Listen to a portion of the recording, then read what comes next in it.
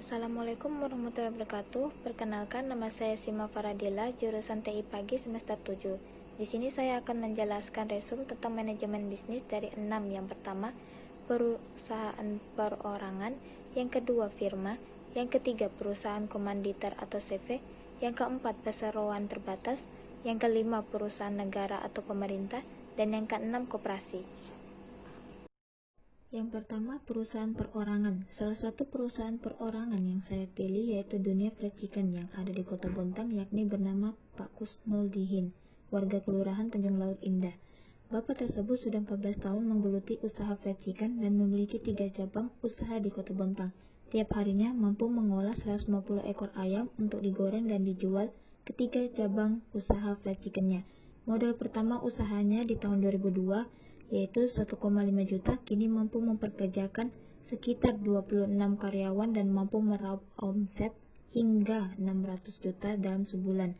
Alasan saya memilih ini karena dari segi manajemen operasional sampai modalnya sendiri berasal dari Pak Kusnuldihin. Yang kedua, firma hukum DSLA yang telah berkembang menjadi salah satu firma hukum terkemuka dan terpercaya yang memiliki kekhususan di bidang hukum lingkungan. Nama pendirinya yaitu Profesor Dr. M. Daud Silalahi SH.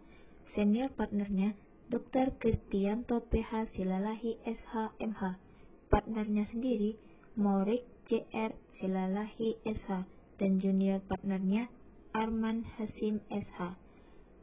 Alasan saya memilih ini karena dijalankan oleh beberapa orang dengan background yang sesuai dengan firma senior advisor, senior partner, junior partner, dan associates yang bergabung dengan firma ini.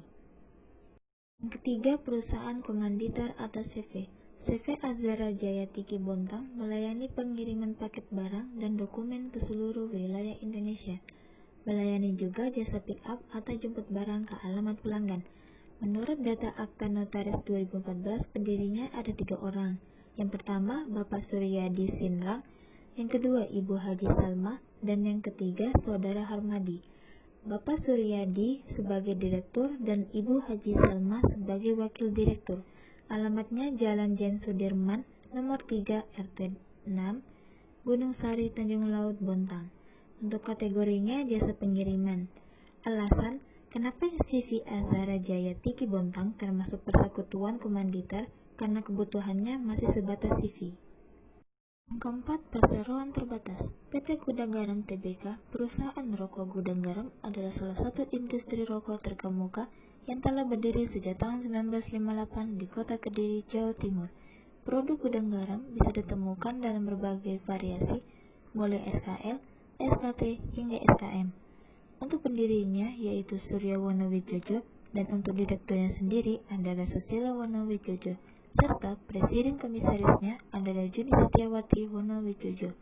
Mengapa PT Gudang Garam saya ambil sebagai contoh PT? Karena dalam website resminya telah dijelaskan dengan jelas saham Gudang Garam ini telah tercatat dan diperdagangkan di BEI dengan kode GGRM dan struktur pembagian sahamnya sebagai berikut. Yang kelima, perusahaan negara atau pemerintah.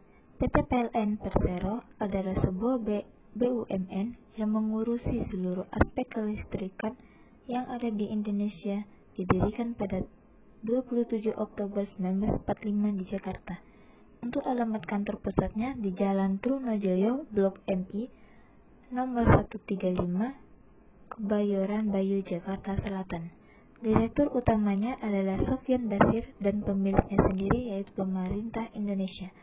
Alasan saya ambil PT PLN sebagai contoh karena PLN merupakan bagian dari perusahaan perseroan di bawah Kementerian BUMN seiring kebijakan pemerintah untuk memberikan kesempatan kepada sektor swasta untuk membuka bisnis penyediaan listrik. Yang keenam, koperasi. Koperasi Wanita Setia Bakti Wanita merupakan salah satu koperasi yang berdiri di Surabaya sejak tahun 1975. Koperasi ini memiliki beberapa sektor usaha, salah satunya simpan pinjam. Koperasi ini tumbuh dari kelompok arisan yang dimotivasi oleh Ibu Mursia yang beranggotakan 35 orang pada awalnya.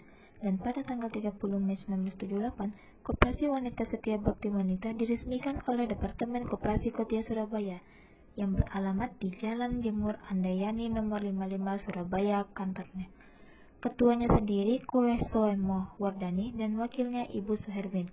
Alasan saya ambil koperasi ini karena Koperasi Wanita Setia Bakti Wanita dibangun dan dikembangkan oleh kaum ibu yang bermula dari arisan dan berkembang menjadi koperasi simpan pinjam yang besar.